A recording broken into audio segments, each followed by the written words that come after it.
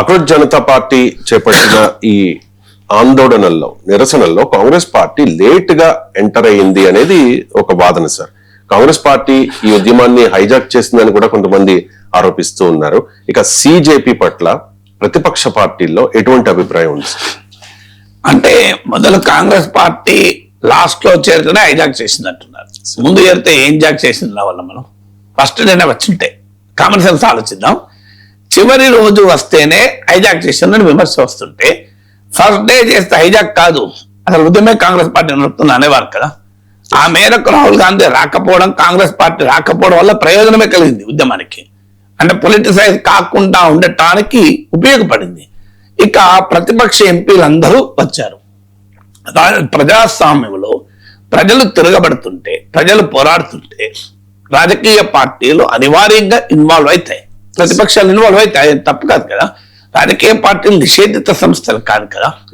మీరు ఏమైనా మావోయిస్టులు ఇన్వాల్వ్ అయితే తప్పు పట్టాలి తప్ప కాంగ్రెస్ పార్టీ ఇన్వాల్వ్ అయితే ఎందుకు తప్పు పట్టాలి? మీరు కాంగ్రెస్ పార్టీ ఇన్వాల్వ్ అయి సమర్థిస్తే అంటే మంచిదే కదా, పొలిటికల్ స్ట్రెంత్ వస్తుంది కదా. వాళ్ళు ఏ అవసరాల కొరకైనా సమర్థించవచ్చు, వాళ్ళ రాజకీయ ప్రయోజనాల కొరకే సమర్థించవచ్చు, ఏమన్నా కానీ. ప్రజలు పోరాడిన సమయంలో బీజేపీ ఎంటర్ కాలేదా? అన్నా హజారే ఉద్యమంలో బీజేపీ వెనకాల లేదా? బీజేపీ మద్దతుదారులైన బాబా రామ్దేవ్ లాంటి వాళ్ళు పోలేదా?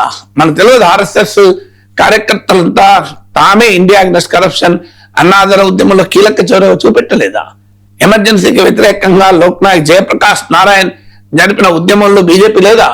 నాకు చెప్పండి.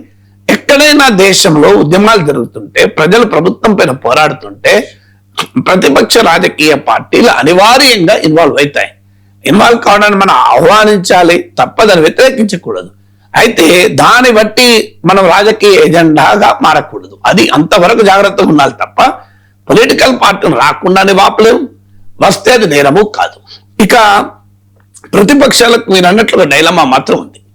ఒక డైలమా, ఒక ఒపీనియన్ ఏంటంటే, మీరంతా ప్రభుత్వం పైన పోరాడుతున్నారు, మనము చేయలేని పనిని కాక్రోచ్ జనతా పార్టీ చేస్తోంది, మనం పిలిపిస్తే స్పందించని యువత ఈ ఉద్యమానికి స్పందిస్తున్నారు, అందువల్ల ఇది ఏదైనా మోడీ ప్రభుత్వానికి వ్యతిరేక అభిప్రాయమే క్రియేట్ అవుతుంది కనుక ఇది మనకే కదా రాజకీయంగా ఉపయోగపడేది, అందువల్ల మనము దీంట్లో ఉండాలి, పాల్గొనాలి అనేటువంటి అభిప్రాయం ప్రతిపక్షంలో ఒక బలమైన వర్గానికి ఉన్నది.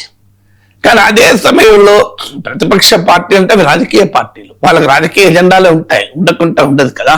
ఇప్పుడు మీకు రాజకీయ ఎజెండాతో ఏం చేస్తున్నారంటే, ఈ ఉద్యమము మనం కాదు కదా మొదలు పెట్టింది, ఎవరో మొదలు పెడితే మనం సెకండ్ ఫిడిల్ ఉంటే మన గౌరవం కూడా పోతుంది కదా. అంటే కాంగ్రెస్ పార్టీ లాంటి 100 మంది ఎంపీలు ఉన్న ప్రధాన ప్రతిపక్ష పార్టీ, 4 రాష్ట్రాల్లో ముఖ్యమంత్రులు ఉన్న పార్టీ, మరో 2 రాష్ట్రాల్లో మిత్రపక్షాలతో అధికారంలో ఉన్న పార్టీ, ఇవాళ కాక్రోచ్ జనతా పార్టీ వెనకాల స్కూటర్ పైన కూర్చొని మీకు పిగ్గీ రైడ్ అంటారు ఇంగ్లీష్ లో, అలా వెళ్ళడం ఏంటి?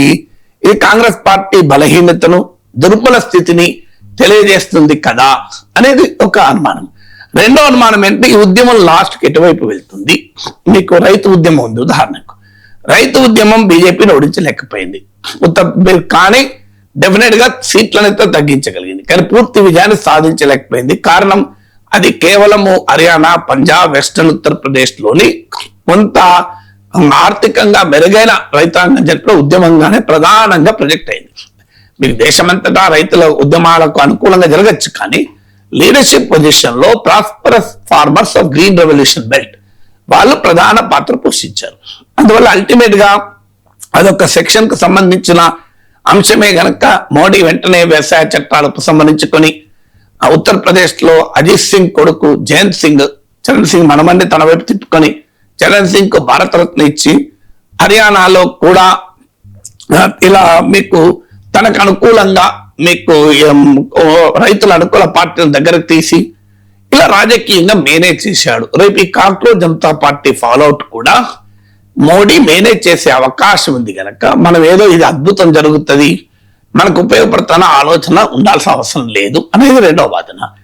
మీకు ఈ 2 వాదనలు మీకు అందుకు ఉదాహరణ, మీకు ఇది రైతు ఉద్యమంతో పాటు సిటిజన్షిప్ అమెండ్మెంట్ యాక్ట్, అది కాస్త మైనారిటీల ఉద్యమంగా ప్రొజెక్ట్ చేసి ఆఖరికి పెద్ద ఎత్తున హిందూ పోలరైజేషన్ కూడా మీకు బీజేపీ చేసుకోగలిగింది. కానీ ప్రతిపక్షాలకు అర్థం కాదు ఏంటంటే ఇప్పుడు వ్యవసాయ చట్టాల వ్యతిరేక ఉద్యమం ఒక రైతాంగము, అది కూడా ప్రధానంగా పంజాబ్, హర్యానా, వెస్టర్న్ ఉత్తరప్రదేశ్ రైతులు ప్రధానంగా పాల్గొన్నారు. దేశమంతటా మహారాష్ట్ర నుంచి మన తెలుగు రాష్ట్రాల వరకు ఉద్యమాలు జరిగాయి. కానీ ప్రధానంగా వారు మీకు సిటిజన్షిప్ అమెండ్మెంట్ యాక్ట్ వచ్చేవరకు అది కేవలం మైనారిటీల ఇష్యూగా ప్రొజెక్ట్ కావడం వల్ల దానికి ఆ పవర్ రాలే. కానీ ఇది అలా కాదు.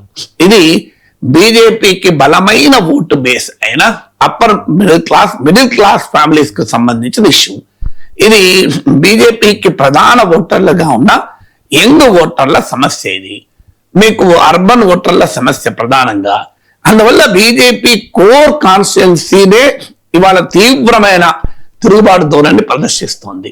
అందువల్ల అపోజిషన్ మీనమేషాలు లెక్క పెడుతూ ఏదో ఊహించుకొని ఏదో జరుగుతుంది, దీంట్లో చేయి కలపకపోతే, చేయి కలపడం అంటే ఉద్యమాన్ని హైజాక్ చేయమని కాదు, టు జాయిన్ ఫోర్సెస్ అంటారు ఇంగ్లీష్ లో. అంటే మీ స్ట్రెంత్ ను కూడా ఆ ఉద్యమానికి బాసటగా ఇవ్వండి. మీరు పార్లమెంటేరియన్స్, మీరు ముఖ్యమంత్రులు, మీరు శాసనసభ్యులు, మీరు ప్రజా ప్రతినిధులు, మీకు ఓట్లేసిన వారే రోడ్డు మీదకి వచ్చారు. మీకు మద్దతు ఇవ్వాల్సిన బాధ్యత పార్లమెంటేరియన్ ఉంటుందా ఉండదా, అది ప్రతిపక్షాలు ఆలోచించాలి. ఇలా మీనమేషాలు లెక్క పెడుతూ బీజేపీ దీన్ని ఎలా ఉపయోగించుకుంటది, మోడీ ఎలా ఉపయోగించుకుంటారు, వాళ్ళు నువ్వేం ఆపలే, వాళ్ళు ఉపయోగించుకోవాలన్నప్పుడు ఉపయోగించుకుంటారు, ఉపయోగించుకోలేకపోతే ఉపయోగించుకోవాలి, నువ్వేం చేస్తావు అన్న పాయింట్ కదా. ఇష్యూ న్యాయమైంది, న్యాయమైనప్పుడు దానికి మద్దతుగా నిలవాలి.